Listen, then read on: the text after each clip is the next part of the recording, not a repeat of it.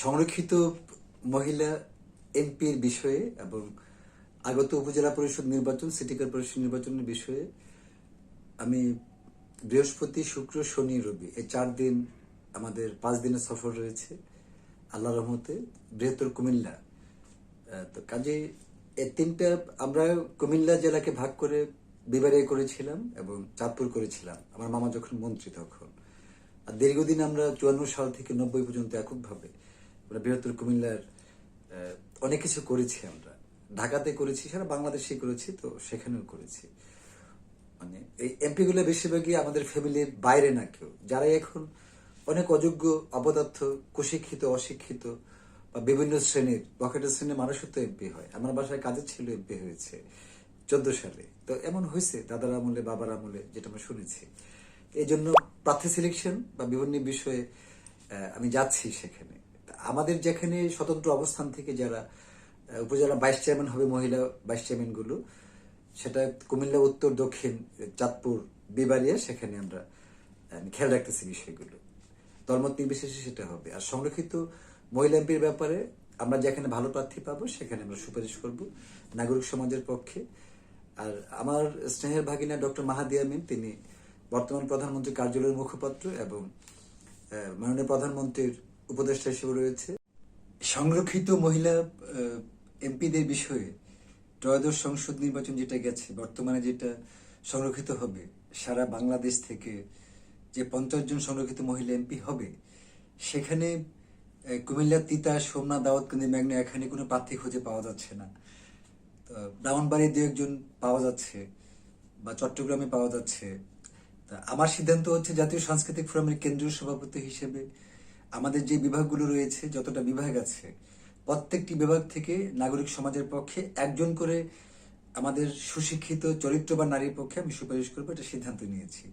এই মর্মে মিনিমাম 2 জন সঙ্গীত শিল্পী থাকবে, শিক্ষক প্রতিনিধি থাকবে 2 জন, এরকম হবে। ইচ্ছা করলেই মানে কোনো অপ্রয়োজনীয় ব্যক্তি, কোনো অযোগ্য সংসদ সদস্য বা অযোগ্য মন্ত্রী কোনো মহিলা সাথে যুক্ত থেকে তাকে সুপারিশ করলে সে বেরিয়ে আসবে, এই ব্যাপারটা এবার থাকতেছে না। আলহামদুলিল্লাহ আমরা এ বিষয়ে সর্বোচ্চ নীতি নির্ধারণী ফোরাম যেটা, সেখানে কথা বলেছি, আজকেও কথা বলেছি। আর যাই হোক, দল যেটাই হোক, যার যেটা দল হোক, বিএনপি, জামাত ইসলাম, এই দুটা থেকেই তো যাবে 14 জন আর 36 জন। তো সেখানে আমাদের যে সুপারিশগুলো আছে সেটা আল্লাহর রহমতে কাজে লাগবে। কারণ আমি বাংলাদেশের সর্বকনিষ্ঠ সাবেক 2বারের সংসদ সদস্য প্রার্থী এবং পারিবারিকভাবে আমরা 1954 সাল থেকে মানে সংসদে আমার ফ্যামিলি আছে একাধিকবার, 12 থেকে 13 বার। তো যে কারণে আমরা চাইবো না যে হাসিনা মার্কা যে পাতানো নির্বাচন ছিল, অপ্রয়োজনীয় নির্বাচন ছিল, চরিত্রহীন নারীরা সেখানে যে গেছে, যুব মহিলা লীগ, মহিলা আওয়ামী লীগের বাজে মহিলা। কুমিল্লা তিতাস সোমনার রুবি ইসলাম নামের এক মহিলা, সেখানকার এক এমপি আছে, সেলিম বেয়া শিক্ষক নেতা ছিল, ওনার নাম বিক্রি করে এখনই ঘোষণা দিচ্ছে সে নাকি হয়ে গেছে। অথচ এই মহিলা কে, মূর্খ মহিলাকে জেলা সেক্রেটারি দিয়েছে আমি জানি না। আমার কাছে ওদিন আসছিল, রাস্তা থেকে বিদায় করে দিয়েছি। আসলে আমি অযোগ্য, অপদার্থ, কুশিক্ষিত বা বেয়াদব মানুষদেরকে পছন্দ করি না কখনো।